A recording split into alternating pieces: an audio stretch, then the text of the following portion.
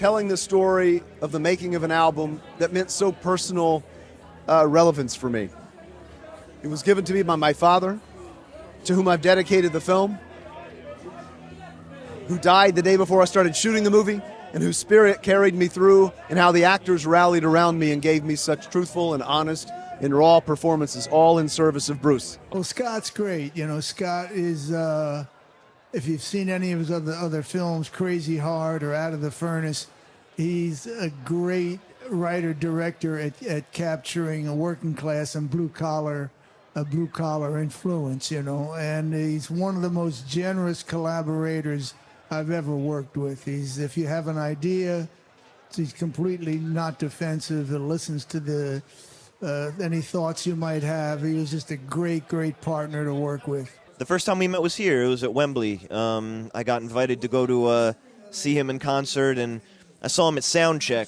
And as a performer, you know, Bruce is kind of coming at you trying to cut your head off, and then when you spend some time with him and you shake his hand, he's very, very gentle, very kind, and yeah, in the preparation, it was, you know, a lot of time spent with him, finding a lot of interviews, a lot of books. Bruce has been very open, especially in the last 10 years, about his life, talking to a lot of people that knew him at the time, and yeah, just trying to understand what was going on with him at the age of 31. You know, he just really embodied the spirit of it. You know, he's very soulful, and Bruce is obviously one of the great soulful artists of our time and one of the great storytellers. And Jeremy had that, and that quiet intensity that I think Bruce has as well. And, you know, and he really did an incredible job and did all the hard work to learn the music and how to sing and do all the things. So it's a real achievement for him, and I think hopefully audience to see what an incredible actor he is. She kind of, she comes under Bruce at a show.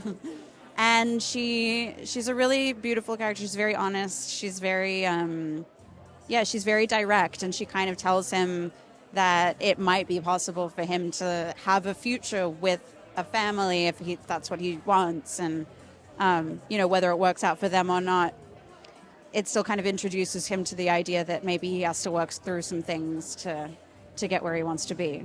John sort of famously wrote an essay in 1974 where he said, "I have seen rock and roll's future, and its name is Bruce Springsteen." And it kind of changed the trajectory of Bruce's life and John's life. And for the 50 years, they've been sort of partners in crime, and John has acted as a kind of guide, spiritual guide, musical guide, business guide, and, you know, been there to support Bruce and assist him in realizing and expressing and translating his vision.